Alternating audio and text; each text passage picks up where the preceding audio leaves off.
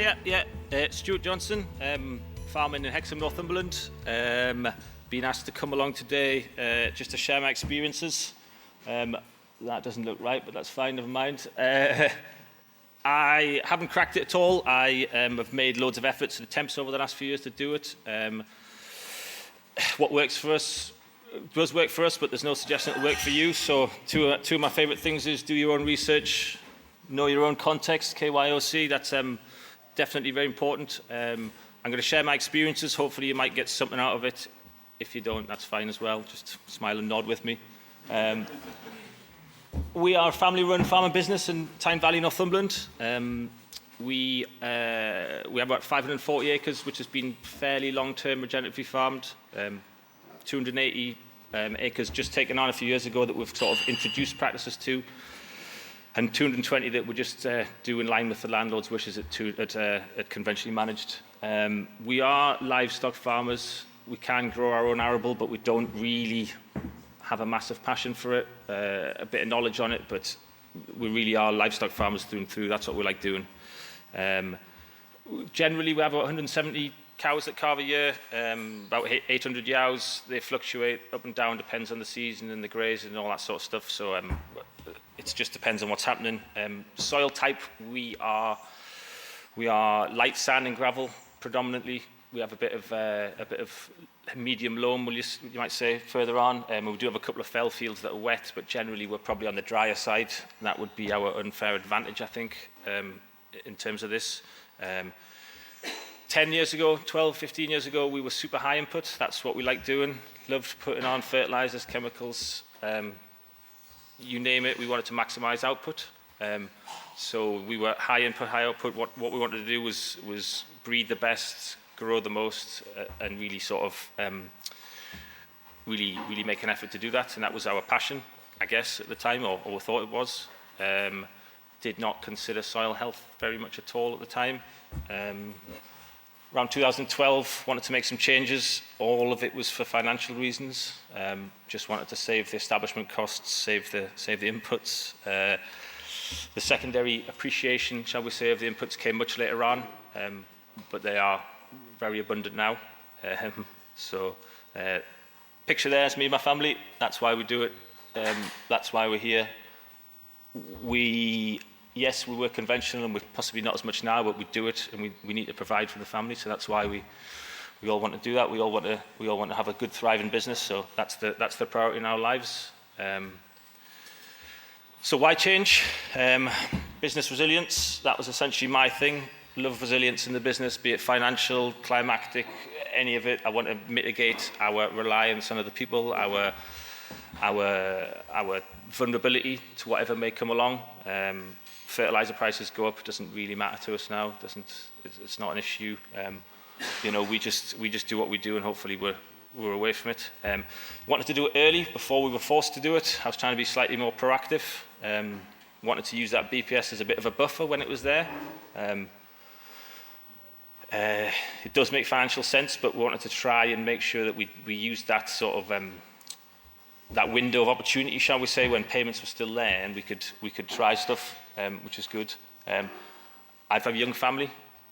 I used to work, I don't know how many, a lot of hours. I didn't want to do that forever. I wanted to find a way of doing it. A couple of little memes there. I'm sure you've seen them in the past.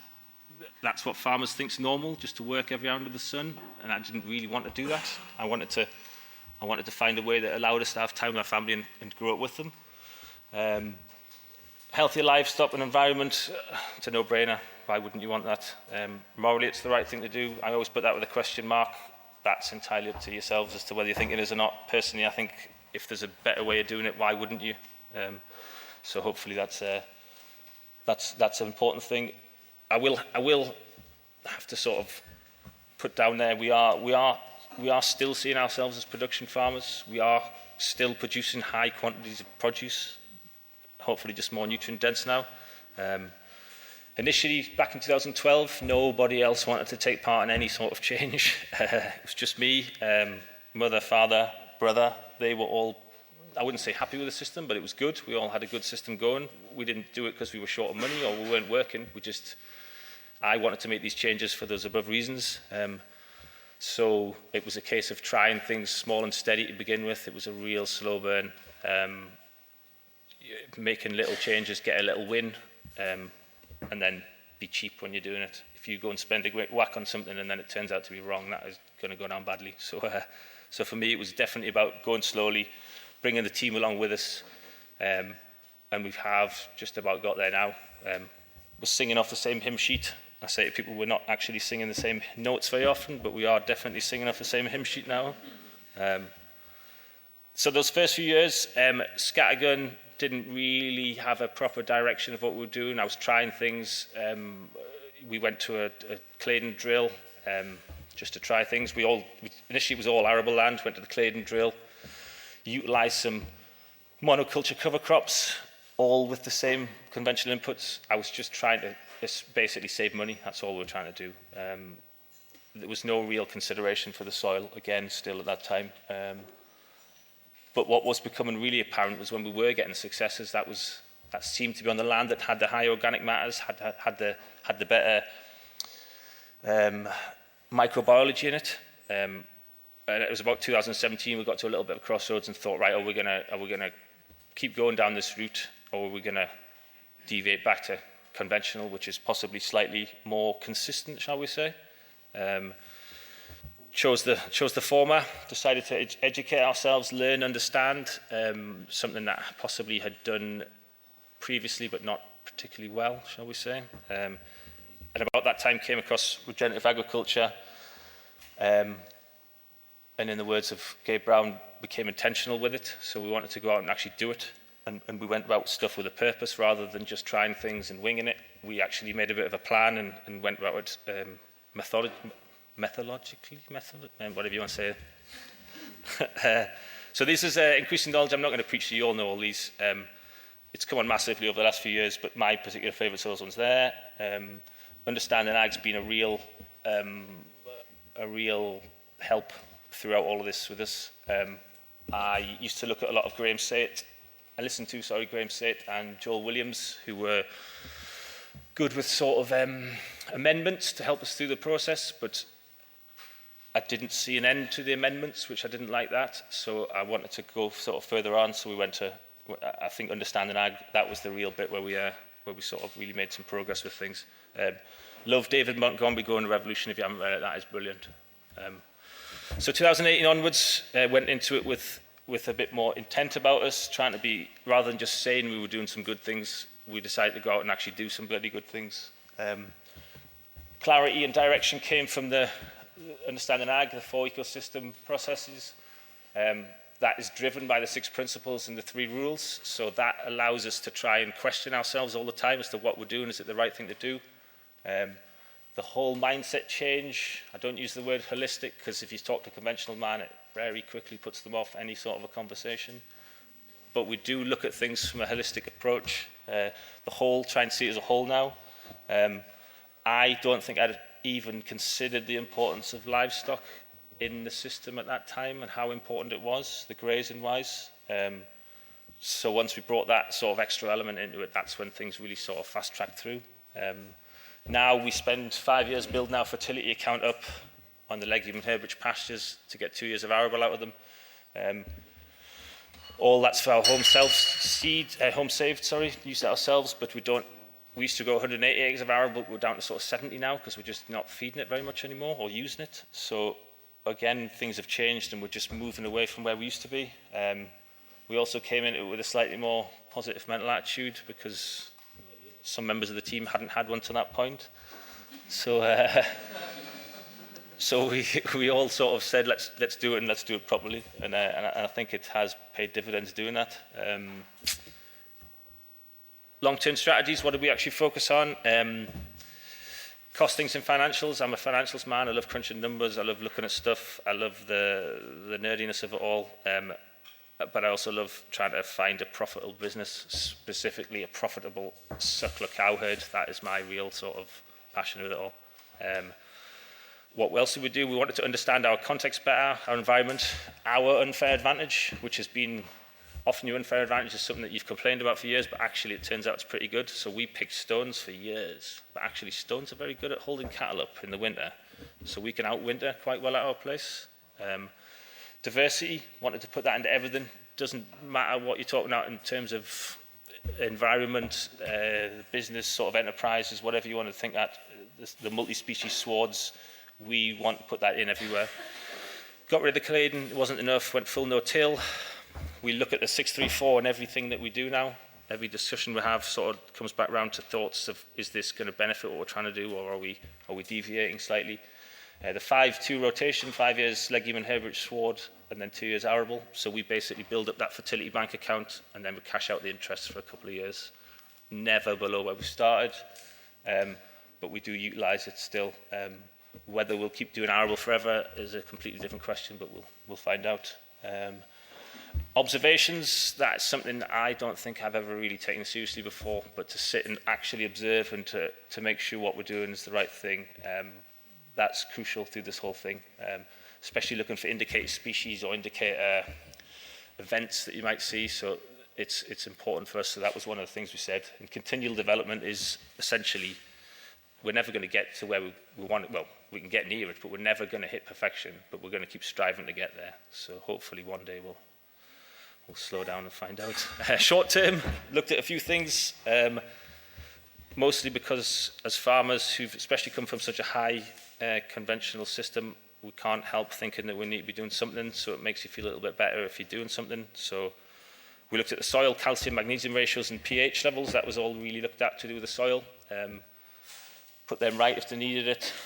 Plants, we follow the plants with leaf tissue tests and Brix levels. Then we did apply nutritional foliar feeds. We did this for sort of 4 or 5 years.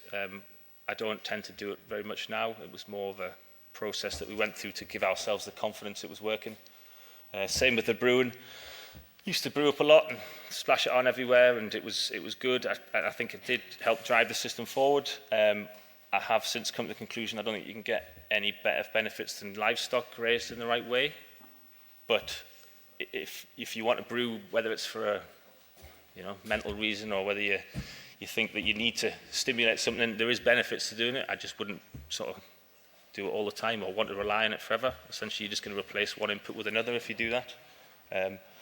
We have used anaerobic microbes in the past. I'm good at expanding them.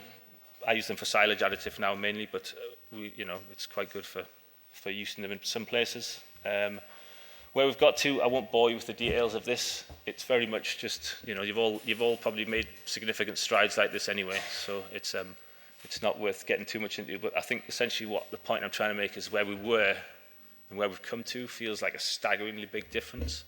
And I think that that's what felt like a long time, but actually isn't that long a time. I think it does feel like quite a good success. Nitrogen, for example, we used to use sort of 70 to 90 tons a year, and we're down to sort of 9 tons now, and that's only on the arable ground. So we have substantially reduced just about every variable costs, hopefully without over-sacrificing the yield. We were lucky enough to host Understanding Ag on the farm in October, and I've just come back from America with a 2-week spell with them out there, which was wonderful. They were every bit as good as I hoped they'd be. So if you get the chance, do go. These are some thoughts I never have. Thoughts I never thought I'd have. So 15 years ago, never thought any of that would be true, especially the sheep one. But the mindset does change through this. So it's quite interesting how different we are and how different our farming is now. But it's nice. It's a nice way to farm. Last slide, I've motored through this, so that's good. Key points that I do think for us, for our farm, it's not one size fits all. We've tried a lot of stuff that other people advocated and said would work, and it had varying results. It's all about finding what works for you in your context. Don't be too evangelical about any of it, because that can be exceptionally depressing when things don't go right. So try and ride off the good things and take note of the good things and just put those bad things to the back. Margin not yield is the absolute killer, top of the list, I think, in terms of get your head around the fact that it took a lot for our farm as well. Getting your head around the fact we didn't need to get everything. We don't need to get every last little bit out of the arable field, say. if we've got a break-even point on the margin of an arable crop of a tonne an acre or less, we don't need to punt for 4 tonne by hauling fertiliser on. We'll just take that less yield and be happy that we're still making more money than the man over the river who needs 3.5 to break even. So that mindset change is huge. Compounding cascading effects is crucial as well. The whole idea that you make a decision and it's not going to impact on anything else later on is it's not just wrong, it's very difficult to get your head around, whereas in reality whatever you do will have a knock-on effect. So what we try and do is make sure that the knock-on effect is a compounding positive one rather than a cascading one. And that leads on to the short-term wins. If short-term wins over long-term, we always like to think long-term now. If our crops don't look very good and we'll go and slop some nitrogen on, of course they'll look better and they will react to that. But at what cost will that be for the year after or for the next crop? So we now look at it sort of we'll take what's gone there and we'll bank that little bit of resilience that we've built up there for the following year, which is a lot easier, but it feels a lot better as well.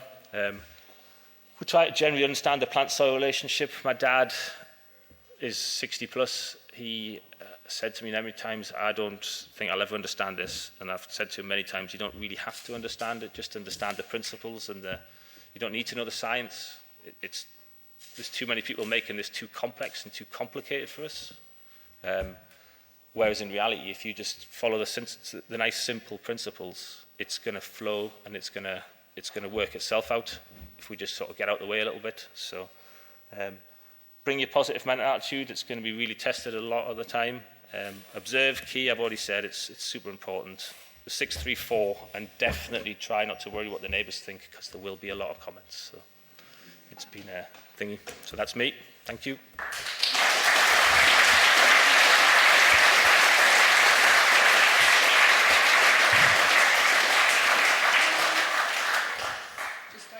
Any questions for Stuart? Oh, sorry. What are you doing at the end? Yet. What are you doing at the end? Hi, Stuart. Well done. Very good talk, that, and very interesting. What was the catalyst in your mind that made you change? Because I think that is one of the biggest problems facing agriculture at the moment, is people willing to change. And then just at the end there it says, try not to worry what the neighbours think. Are those neighbours actually embracing anything that you're doing, or are they looking over the wall and trying some things? What was the first one again? Sorry, what was the catalyst? The catalyst, I think, it was just purely, I think we used to get a contractor in to drill for us, and he came in one day and it was actually the lad driving for him, so it wasn't the contractor himself, and he said, your land's light enough, you could just drill straight into this. And I was just seeing the pound sides thinking, let's do that then, and then we'll just save some money. It's only when you sort of explore how to save some money and then try a few things that you suddenly realise that the importance of that soil and how we've neglected that importance for years. So it's a bit like once you've gone down the rabbit's warren, it's very difficult to come back round in good conscience. So once I started looking at it and trying to understand it, it didn't feel right to not do it. So that was probably the main reasons why. It was purely financial. I mean, I'm not going to lie to you, it was purely financial at the time, and a lot of our business is still financially driven, but it's done with the environment in mind now, hopefully. And the second question, neighbours. Yeah, there's a little group of us now, sort of all trying different things. I wouldn't say direct neighbours, I would say the more sort of maybe friends and family who've discussed stuff with, who got more time rather than looking at a field full of flowers and not really understanding what we're doing. But if you can have a conversation, it sort of very quickly opens up a dialogue and everyone understands why stuff's happening. I think that entices people into it more. I think my dad's struggled with it the most. I think it's a generational thing. I think that a lot of farmers spend all the time with farmers. So his social group was based around farmers and they're all doing the same thing. If you try and move out of that, I think he got a lot of questions and flack that I'm not that bothered. I kind of just, it doesn't matter to me. I don't tend to have, the farm's not my social hub, as it were. So it's quite easy for me to shrug my shoulders and ignore people. Whereas if that's your social social context, it's really difficult to push past that. But it now seems to be more people asking questions in actual interest rather than offhand comments, you know. So I think he's a lot more comfortable with it now than he maybe was 10 years ago. So it's a really positive thing. So. Chris. Thanks, Stuart. Could you tell us a bit more about 634 and also what you gained from talking to Understanding Ag? Okay, so the 634, I'll go back to the thing. Basically, the 4 ecosystem processes, they're driven by the energy flow, water cycle, mineral cycle, diversity. Now, I think that's a savoury thing. Someone can correct me if that's wrong. I think that's a savoury thing. I think it's right. It has everything, ticks the boxes. It's right. I think that, and this is my personal opinion, so don't any savoury people come after me. I think where savoury slightly fell down was that he didn't guide people enough on how to achieve that. And Understanding Ag have these 6 principles and 3 rules that are a lot more simplistic to follow, or they have a sort of direction that allows people to refer back to them rather than just winging it a little bit under the savoury way. So it gives a bit of a consistency or a comforting level of reference point to keep going back to. So that's sort of, for someone who doesn't have a lot of planning in his life, it's quite good for me to be able to sit down and say, hang on a second, are we doing the right thing here? And it's good in a conversation to sort of refer back to it and say, well, hang on, is this the correct thing to do here?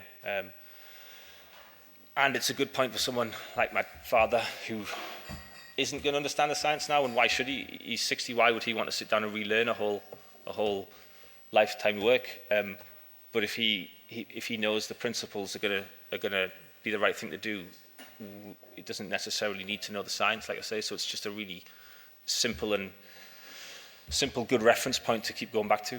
So does that answer the question? Yeah. What do they do for you? What do Understanding Ag do for you? Nothing in terms of. they don't. I don't employ Understanding Ag or anything like that. We've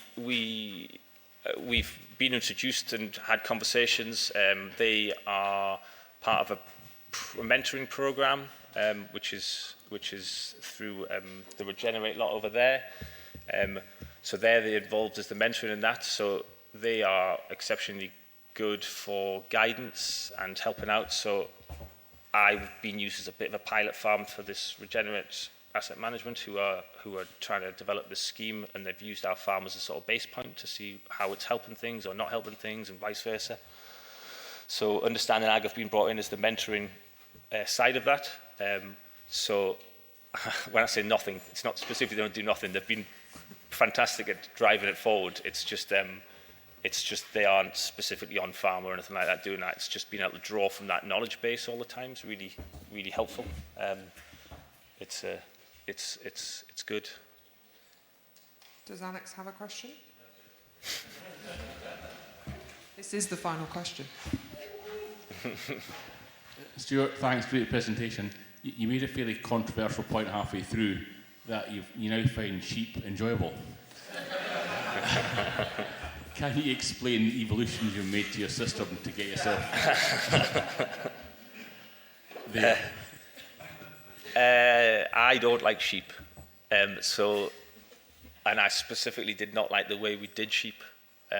Lambing everything through the shed, punting for 230% lambing percentages, feeding them all winter. The whole thing, it didn't sit well with me, and I think that finding a different way suddenly has made it slightly more enjoyable. So now we don't feed them any concentrate. They're on legume and herb rich swaths, just grazed all through the winter.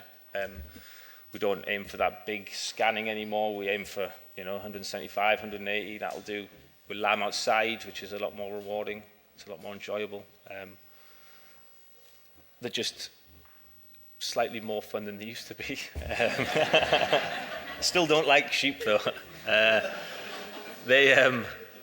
will say that the sheep have had to change to suit the system since we started. So we sort of set to with the, generally mules is what we had, but they won't suit the system. They don't like grazing. They're not forage based. They can't. So we've moved to an Innovis sheep, varying breeds. I wouldn't say that they're all perfect, but they're a better starting point because they have been bred to go off forage, and they do carry the fat and condition a lot better. So having more simplistic sheep has definitely helped, and in a simplistic system just means I'm not weighing sheep every day or doing feet, so it's a lot more fun. Perfect. Thank you, Stuart.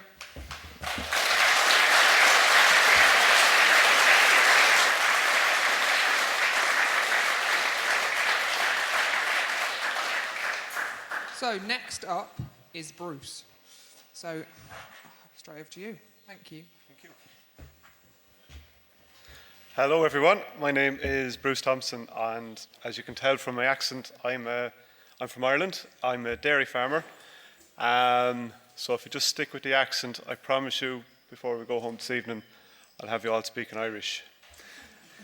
So yeah, from the land of saints and scholars, and for reasons we're not going to get into, I certainly won't be a saint. I might, if I got into it, we might have to talk to Sarah Langford.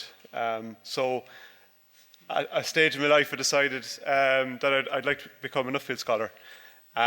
So that encouraged me to go and look at what issues we were having in our industry at home. So I initially looked at anthelmintic resistance, and took me down a rabbit hole of dung beetles by travelling all around the world to some of these exotic places. So how do we work this thing? Oh, that's not mine. There we go. So it wouldn't be a PowerPoint presentation without a boring graph. I just putting this up to show you that the systems in UK are very comparable to back home in Ireland, same grass growth and rainfalls in general speaking. So it's very relatable. And this is a confusogram. I'll try to understand this.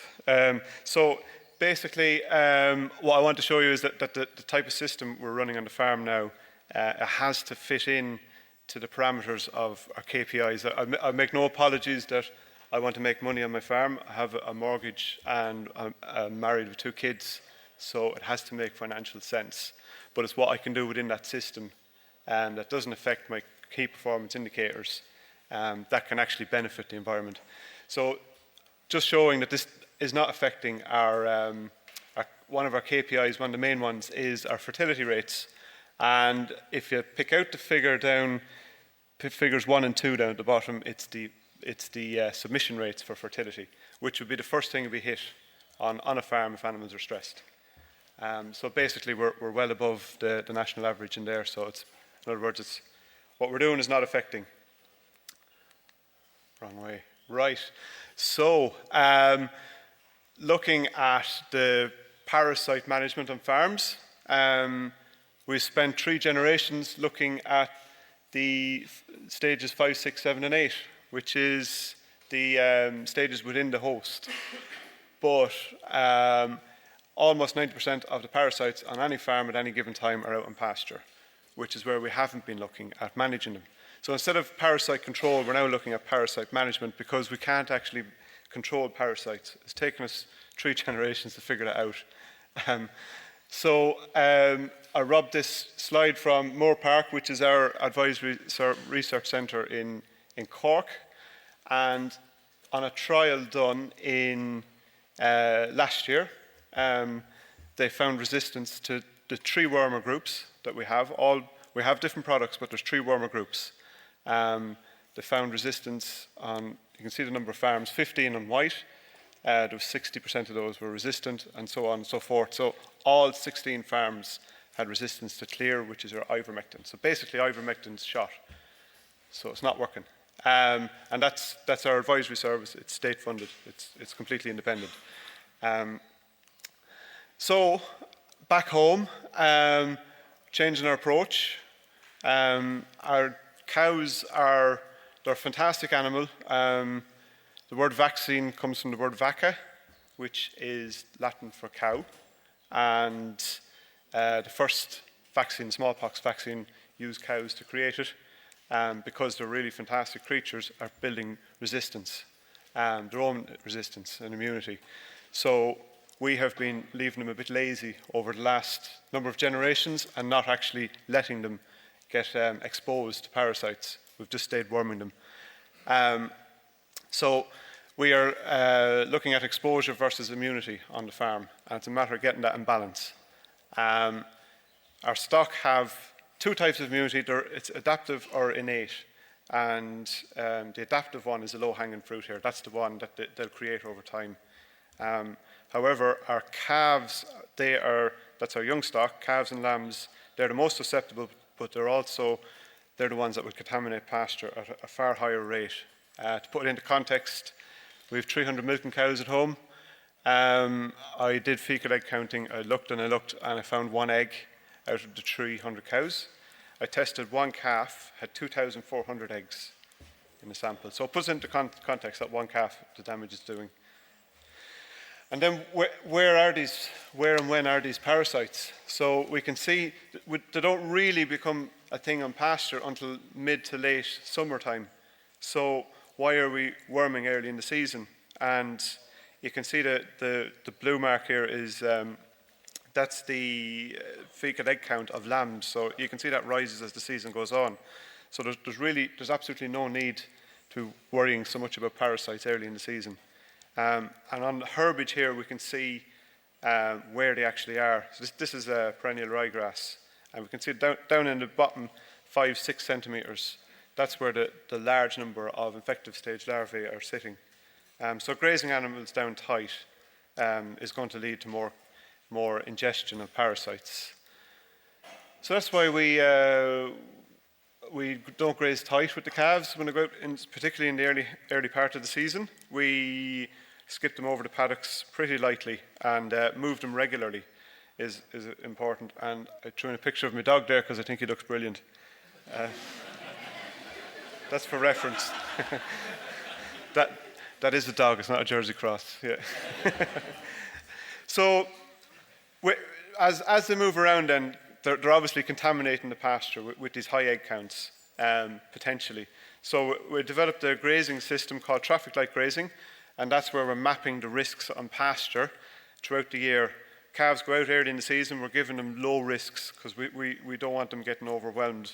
And as the season goes on then, we start putting them out onto medium risk pasture.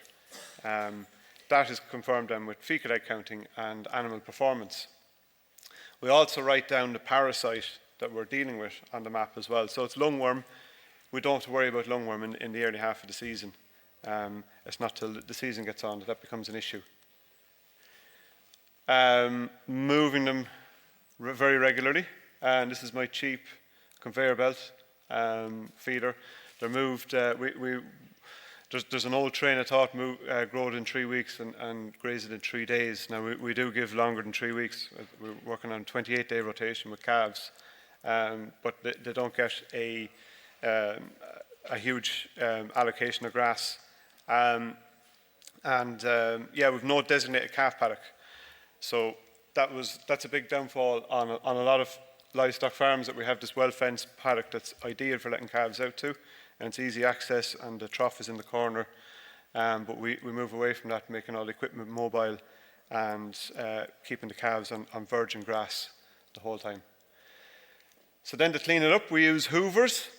So there's our a more resilient type of livestock. So older animals in particular, they're able to ingest parasites, particularly when they've built up immunity, without actually letting them multiply in their stomachs. So, and a baler then is another fantastic way of cleaning up pasture to leave it ready for young stock. And here is this is Couperia, I think. This is parasites under a microscope.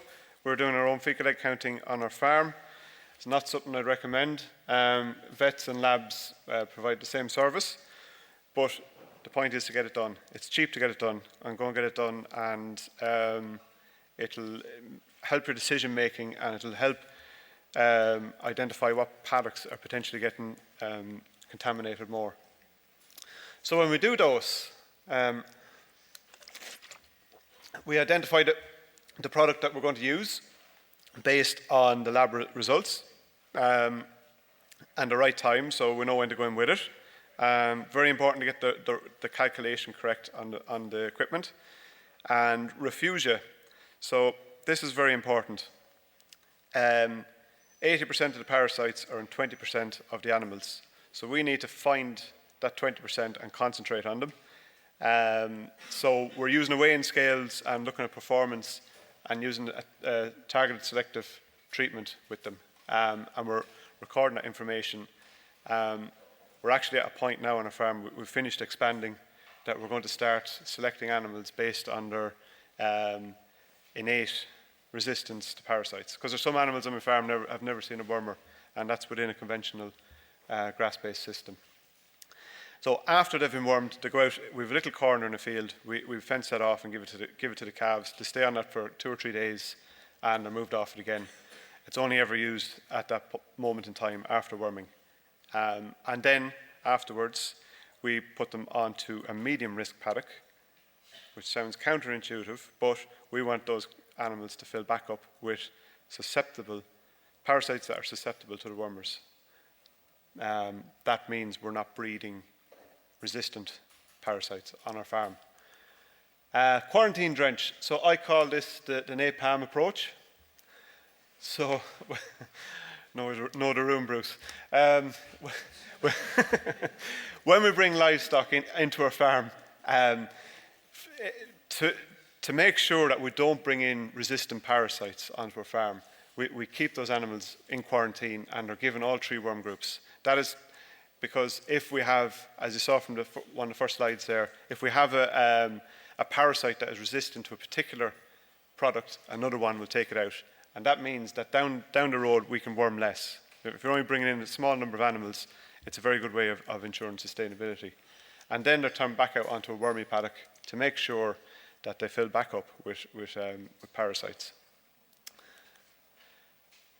So it is my opinion that fly control products are probably more harmful than wormers to biodiversity, which I'm going to get into in a minute, how this all ties in. So we stay away from deltrametrin and cypermetrin products, which are basically, that's your spot-ons and your pour-on, your conventional fly control products.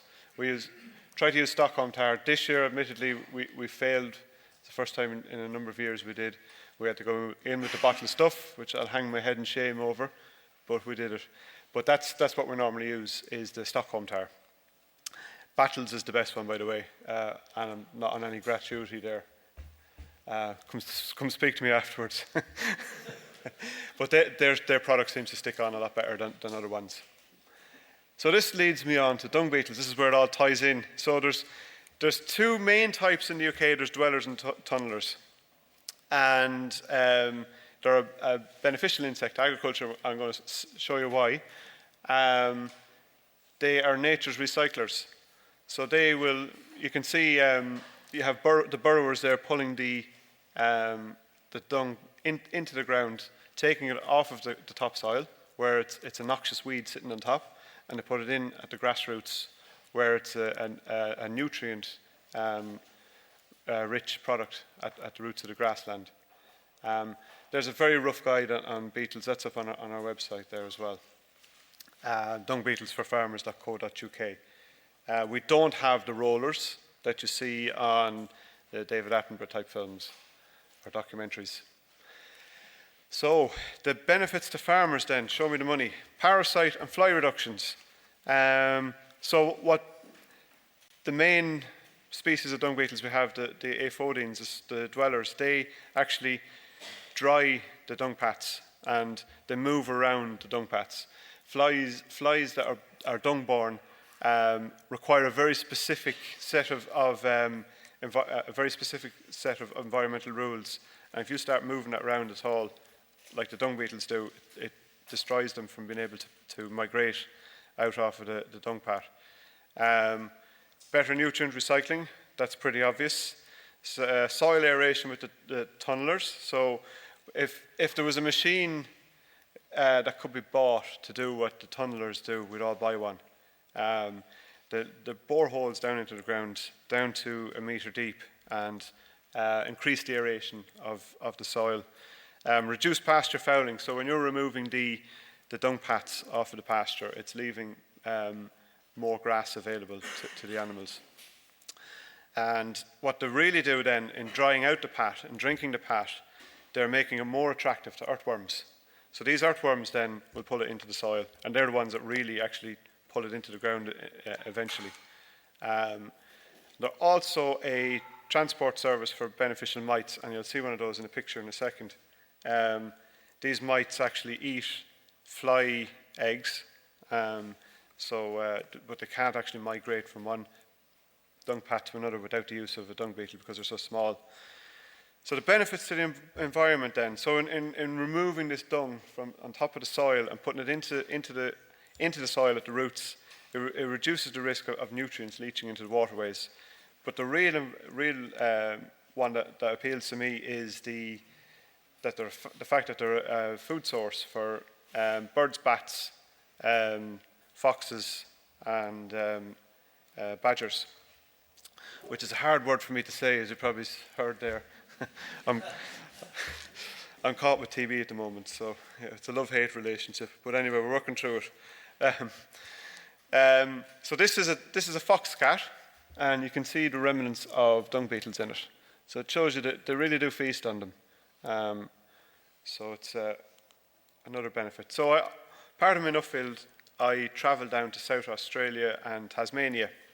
And the reason I went there is they had to artificially introduce dung beetles because white man landed with his cattle and sheep back in the late 1700s, and they didn't bring the dung beetles with them. And the dung beetles that were in Australia had evolved around marsupials, so your kangaroos and your koala bears. And these big wet dung pats from the cattle and sheep appeared, and they took one bite out of them and decided that they tasted like shit. So that turned into a problem. Initially, it was an urban problem. So you know our stereotypical Australian with the corks hanging from the hat. That was because of the bush fly, who really propagated like wildfire in these dung pats that took about 3 to 4 years to disintegrate. If you can see the bottom right picture there, that's a field I visited in an area that had no dung beetles introduced yet. So they're still doing it. They started back in the late 50s, I think it was, and they're still at it. So you can see some of the species, what they're able to achieve. That top right picture, that is from a species called spinager, Geotrupes spinager, which is here in the UK. So it's not something that we can't achieve here. 5 minutes, perfect. Right. Fresh dung pat. This is in an incubator at home because everyone does those sort of things. Introduced my dung beetles. This is 72 hours later, completely burrowed into the soil. And here is a bit of messing around I did with a plastic bucket to see how deep they go, and I was told that the bucket wasn't deep enough. So that's how far down. You can see what they actually do. And there's the little chambers that they lay the eggs in. So declining population, why is that? Drug usage, removing animals from pasture, high grain diets, and the dung pats from Bruce's cows from his perennial ryegrass swards, and pasture harrowing and tilling. All those things are things that dung beetles don't like. So we are in trouble in this part of the world with dung beetles. So what I was doing to revert that in my own farm was capturing beetles and reproducing them on my own farm. So there's, if you look closely at that picture, you can see the little mites climbing all over the beetles. So catch the beetles and artificially get them to reproduce at a higher rate. There's some of them in field tents and some of them in incubators. Thanks very much. Yeah. Go Liverpool. Yeah, no, it is quite laborious, and I have to admit I took a leaf out of Matt's book and employed some child labour to speed up the process. But yeah, that's basically the dung beetles, and this is show me the money part again. This is on my own farm, and last year this is what we spent on wormers. Conventional approach, and this is what we're at. So there's over $3,000 of a saving there to be made. Right, so the Irish bit. Repeat after me. Whale. Oil. Beef. Hooked. Now, say that again very fast in an Irish accent. Go.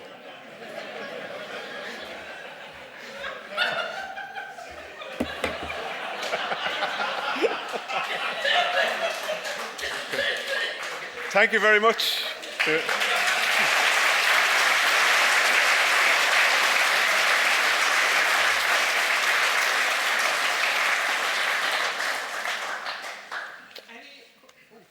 Any questions? Any questions for Bruce? Yes. Oh, here we go. Thanks, Bruce. That was brilliant. Can you just go through a bit more detail of the collecting and breeding the beetles? Like, what were the orange things, and what was going on there? Yeah. Okay. So I suppose it's hard to get into the detail, but yeah. So what we have to do is we're looking at timings. We're looking at topography and where animals are. So they come from dung pats, fields of dung pats. You're looking at wind direction, and they were put in a line. Those traps were put in a line.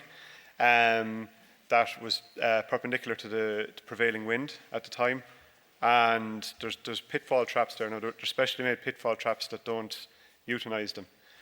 So yeah, you basically end up with a lot of the beetles. They fly zigzag to where the scent is, and they'll land into the middle traps mostly. Yeah, and then what you're trying to do to get them to repopulate is you're putting them into an enclosed environment, and you're fooling them into thinking that there's a shortage of food, because dung pats currently, if there's 2 dung beetles in it, it's like a retirement home. They might get on with it at some point. They're kind of very relaxed, but if you chuck in a load of them, it turns into Glastonbury. So you end up with fighting going on, and they start laying more eggs and reproduce at a higher rate. But you have to stay feeding that process. Then it's like a plague of locusts you're trying to recreate with dung beetles.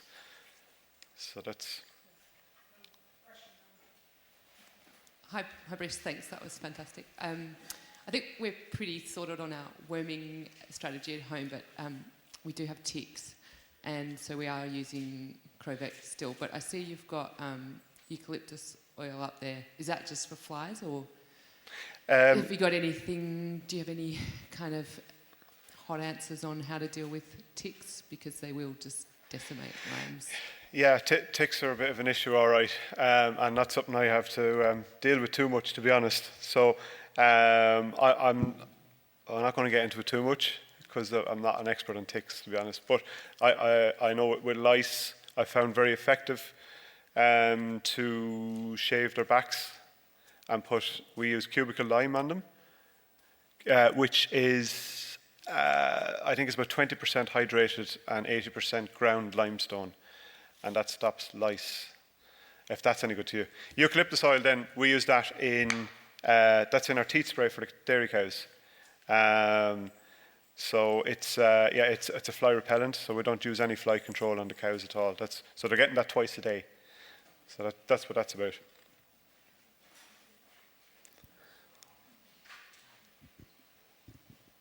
Hi, cheers, Bruce. I was interested. Do you find the populations vary throughout the year?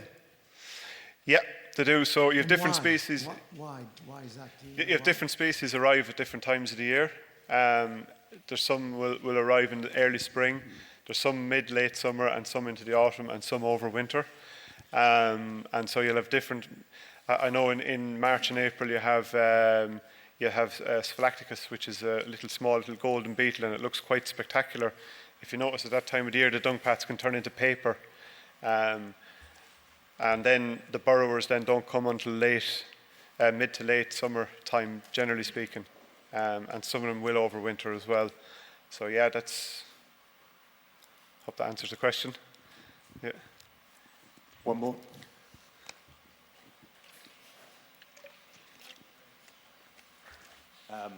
What do you do for fluke control at all? There's no mention of any fluke control products on there. Yeah, so luckily we haven't had fluke on the farm for quite a number of years. We did have, and we've, as part of our regulations, we've had to remove all livestock from waterways. And also when I came home, there were sheep on the farm, and I told my dad it's either me or them. And I think getting rid of them, honestly, I think had an effect. I think they were carrying over a fluke over the winter. So it actually just disappeared, to be honest. Would the dung beetles help? Well, they would, of course, help. But yeah, it's not easy, to be honest. Yeah, but I suppose I suppose another point. ICBF, Irish Cattle Breeders Federation, have now put on an index onto all the bulls and the studs in terms of liver fluke genetic merits, which is done through genomics and through factory kill sheets. So there's certain bulls that we just won't use in our area, just for that risk. Thanks. Perfect. Thank you very much, Bruce.